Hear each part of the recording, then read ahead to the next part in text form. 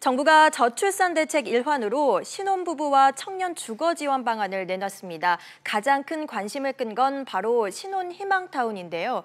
정부는 완화된 조건으로 주변 시세보다 저렴하게 총 10만 가구를 공급하기로 했습니다. 그런데 어떤 부분에서 허점이 있는 건지 신혼부부 특혜부터 금수저 청약, 또 로또 아파트 우려마저 나오고 있는 상황인데요. 자세한 내용 한문도 숭실사이버대학교 부동산학과 교수님 모시고 자세한 이야기 나눠보겠습니다. 교수님, 안녕하세요. 네, 안녕하세요. 네, 우선 많은 사람들의 관심이 쏟아지고 있는 네. 이 희망타운, 신혼 희망타운 내용부터 짚어봐야 될 것 같은데요. 네네. 설명을 좀 부탁드립니다. 예, 신혼 희망타운 요즘 뭐 뜨겁게 달아오르고 있는데요. 뭐 실검 1위라고 하는데 네. 뭐 다 아시겠지만 우리나라가 지금 경제가 좀 침체되다 보니까 신혼부부들이 뭐 신혼불능 세대까지라는 표현까지 나왔잖아요. 뭐 네. 5%를 넘어서 가지고 그런 부분을 이제 정부가 인지를 해서 정부 출범하고서 이제 작년이죠. 작년 11월에 이미 주거복지 로드맵을 발표했습니다. 네. 주거복지 로드맵을 발표할 때 이미 신혼희망타운을 발표를 했고 그 당시에 이제 분양 형태로 7만 호를 공급하는 것을 발표했습니다. 근데 이번에 이제 그것을 좀 구체 확대해가지고 구체화 시켰습니다. 구체화시킨 내용 중에 핵심은 그거죠. 7만 호에서 이제 3만 호를 추가해서 10만 호를 하겠다. 그리고 택지를 추가해서 이제 검토 중입니다. 그리고 조건들을 많이 완화했습니다. 그래서 여기서 조건 완화한 것까지 뭐 정부의 의지는 좋은데 문제는 이것에 대해서 역차별 논란 내지는 뭐 세대 간 갈등 여러 가지 논란들이 좀 시장에서 나오고 있어가지고 좀 문제가 되고 있는 건 사실입니다. 좋은 면도 있지만 좀 네. 세세한 부분이 좀 미흡하다는 평이 좀 나오고 있습니다. 네, 예, 예. 뭐 그 전에 이런 혜택들을 누구나 받을 수 있는 건 아닐 것 같고 네, 그렇죠. 구체적으로 예. 어떤 분들이 혜택을 받을 수 있는 건가요? 일단 기존의 어떤 안을 개정을 한 안의 내용을 이제 핵심을 보면은 예전에 이제 100% 이제 도시근로소득의 100% 기준으로 갖다 좀 완화했습니다. 그래서 그 맞벌이 같은 경우에 이제 120%고 헛벌이는 100%인데 그것도 이제 증가시켜 가지고 맞벌이 같은 경우에 이제 130%까지 증가를 해가지고 연소득으로 하면 한 7천만 원 가까이 됩니다. 네. 그 부분하고 좀 아까 말씀드린 공급량을 7만 원에서 이제 10만 원으로 확대했고 또 한부모 가정 있지 않습니까? 한부모 가정에 대해서도 6세 이하를 자녀 둔 한부모 가정에 대해서도 신혼부부와 똑같이 좀 적용하는 형태를 취했어요. 그래서 입주 자격을 상당히 완화했죠. 그래서 이 부분에 대해서 이제 일부는 뭐 환호하고 있지만 실제로 공급량이 적다 보니까 네. 이것이 과연 누구한테 갈지는 좀 두고 봐야겠지만 이것이 또 좀 문제가 되고 있는 상황이 좀 벌어지고 있습니다. 네. 네. 지금 말씀하셨지만 지금 신혼 희망타운을 놓고 여러 가지 논란들이 있는 것 같아요. 네. 그중에서도 이제 부자 부모를 둔 젊은 부부 이른바 금수저 청약이 논란이 되고 있는데 이 부분은 어떻게 보고 계십니까? 예, 맞습니다. 지금 뭐 정부가 이번 발표를 하면서 그 선도직이라서 두 곳을 발표를 했죠. 뭐 모든 젊은이들과 신혼부부들이 이제 뭐 선호하는 지역이죠. 평택 고덕지구하고 분당 서현하고 위례 신도시 두 개 지역인데 세 개 지역이 이제 지금 달아오르고 있습니다. 그래서 이미 벌써 로또라는 곳으로 이제 왜냐하면 분양가의 70%의 이제 분양을 전환을 한다는 뭐 이런 것을 던져놨기 때문에 누구나가 선호하겠죠. 이 금수저 논란은 어디서 나왔냐면 일단 네. 7천만 원 이하의 그 소득에 대해서 이제 해당자가 되는데 문제는 뭐냐면 현재 7천만 원 정도가 자산이 이제 2억 5천 60만 원의 기준을 뒀어요.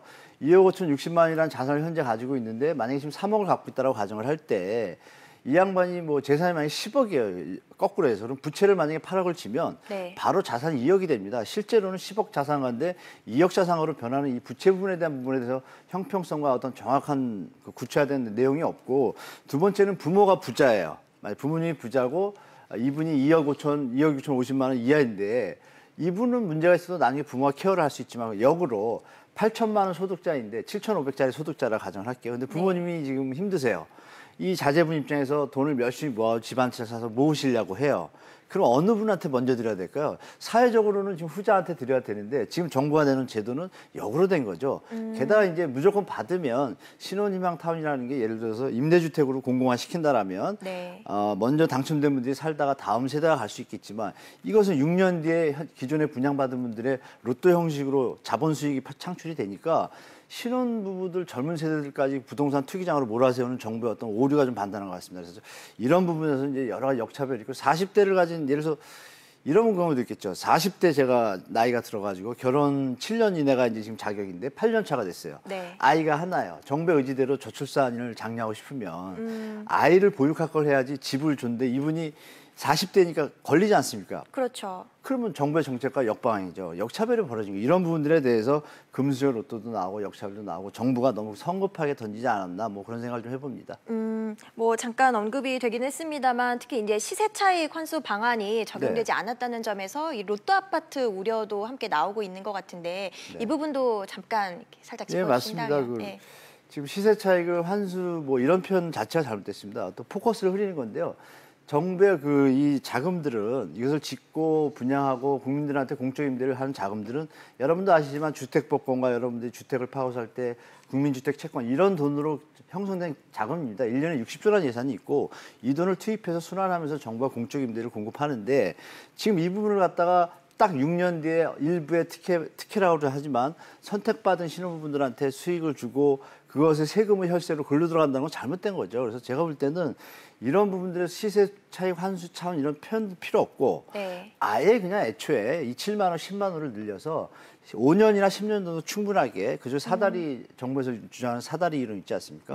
충분히 저렴하게 월세를 저렴하게 내고 지내다 보면 자본을 모을 것이고 이 부분이 나중에 이제 6년, 7년, 10년 지나서 애기 하나 있을 때는 방을 넓혀야 되니까 민간 시장으로 진입하게 되면 임대주택과 민간 시장이 같이 공존하는 좋은 방법이 있음에도 불구하고 왜 굳이 정부의 자산이고 국가의 자산이고 국민의 자산인 토지를 집을 지어서 팔아버립니까?